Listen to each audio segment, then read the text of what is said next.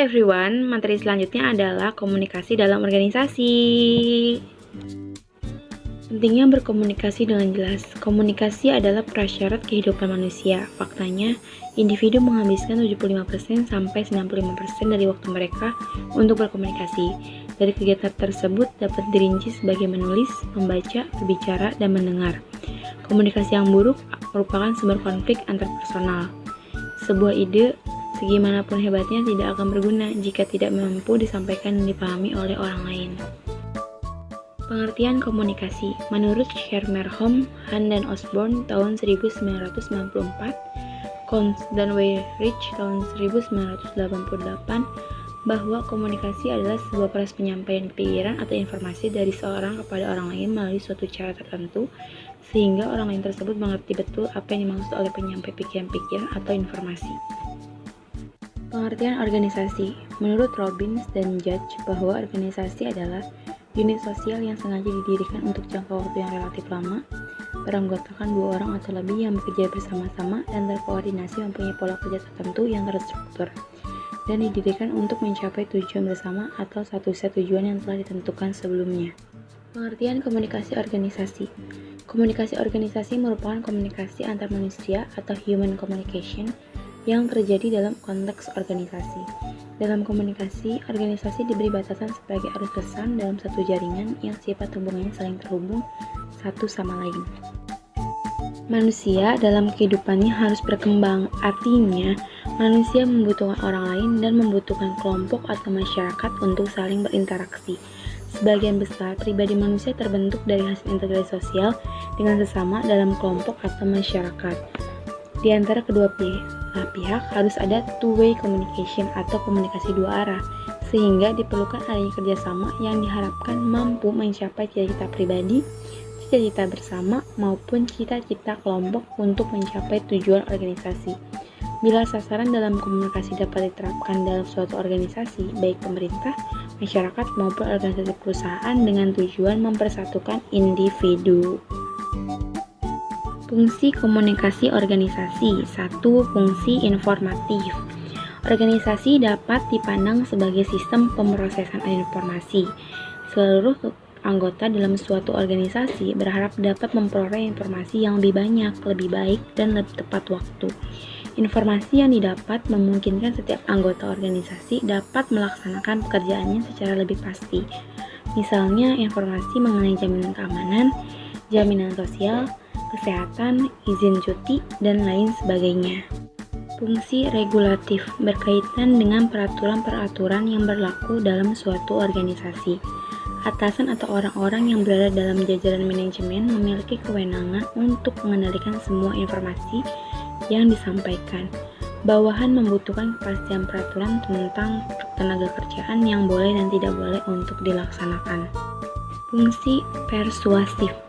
Dalam mengatur organisasi, kekuasaan dan kewenangan tidak akan selalu membawa hasil sesuai dengan apa yang diharapkan. Banyak pimpinan yang lebih suka untuk mempersuasi bawahannya daripada memberi perintah. Sebab pekerjaan yang dilakukan sifatnya secara sukarela oleh karyawan akan menghasilkan kepedulian yang lebih besar dibandingkan dengan pimpinan yang sering memperlihatkan kekuasaan dan kewenangannya. Fungsi integratif. Setiap organisasi berusaha untuk menyediakan saluran yang memungkinkan karyawan dapat melaksanakan tugas dan pekerjaan dengan baik. Ada 2 saluran komunikasi yang dapat mewujudkan hal tersebut. Yang pertama, saluran komunikasi formal dan saluran komunikasi informal. Sehingga apabila pelaksanaan aktivitas ini dilakukan dan menumbuhkan keinginan untuk berpartisipasi yang lebih besar dalam diri karyawan terhadap organisasi tersebut. Gaya komunikasi. Gaya komunikasi atau communication style adalah seperangkat perilaku antara pribadi yang terspesialisasi dan digunakan dalam situasi tertentu. Gaya komunikasi dapat menggambarkan bagaimana perilaku seseorang dalam suatu organisasi pada saat menyampaikan ide atau gagasan. 6 gaya komunikasi dalam organisasi, yaitu 1. Controlling style. Gaya komunikasi ini bersifat mengendalikan, mengatur, membatasi, dan bahkan memaksa serta mengatur perilaku dan pikiran orang lain. Gaya ini menekankan pada aspek pengiriman pesan tanpa memperdulikan aspek umpan balik. Gaya komunikasi ini biasanya digunakan untuk mempersuasi orang lain supaya bekerja secara efektif. Equalitarian style. Gaya komunikasi ini mementingkan aspek kesamaan atau keseimbangan pesan, artinya penyebaran pesan dapat terjadi secara lisan maupun tulisan, yang bersifat dua arah atau adanya timbal balik. Gaya komunikasi ini tepat untuk memelihara empati dan kerjasama karena sifat keterbukaan dalam berkomunikasi antara anggota organisasinya. Structuring style. Gaya komunikasi ini bersifat terstruktur, yaitu melalui struktur penerimaan maupun pengiriman baik secara lisan maupun tulisan untuk memantapkan perintah yang harus dilakukan. Dalam gaya ini, alur pesan mengikuti struktur yang ada di dalam organisasi. Dynamic style. Gaya komunikasi ini memiliki kecenderungan agresif karena menyadari bahwa lingkungan kerja berorientasi pada tindakan. Biasanya digunakan oleh supervisor yang membawahi para sales. Tujuannya untuk merangsang pekerja agar bekerja dengan efektif dan efisien. Gaya komunikasi ini efektif dalam mengatasi permasalahan-permasalahan yang bersifatnya kritis. Relinquishing style.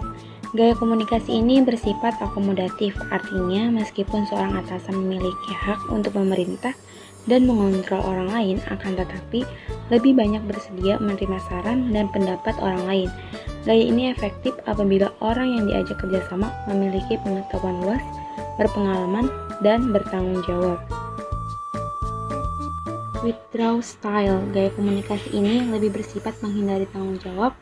Gaya komunikasi ini tidak cocok diterapkan dalam organisasi karena keinginan untuk menghindari tanggung jawab, maka tidak ada keinginan untuk melakukan suatu komunikasi. Terdapat 3 model-model komunikasi. Yang pertama, model komunikasi linear atau one-way communication. Dalam model ini, komunikator memberi suatu stimulus dan komunikan melakukan respon yang diharapkan tanpa mengadakan seleksi dan interpretasi. Dalam model ini, komunikasi sifatnya monolog. Yang kedua, model komunikasi interaksional. Sebagai kelanjutan dari model pertama, pada tahap ini sudah terjadi feedback atau timbal balik. Komunikasi yang berlangsung bersifat dua arah dan ada dialog.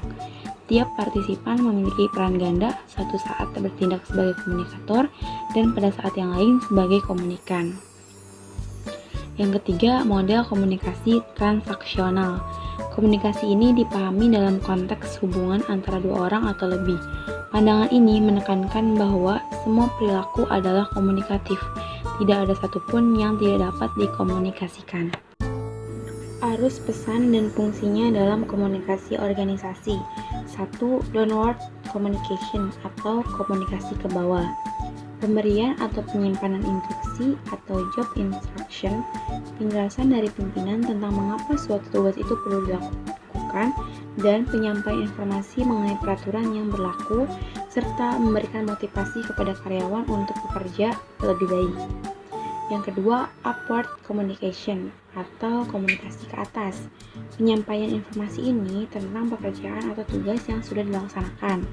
Penyampaian informasi tentang persoalan, pekerjaan, atau tugas yang tidak dapat diselesaikan oleh bawahan, serta penyampaian saran-saran perbaikan dari bawahan, dan menyampaikan keluhan dari bawahan tentang dirinya maupun pekerjaannya. Yang ketiga, horizontal communication.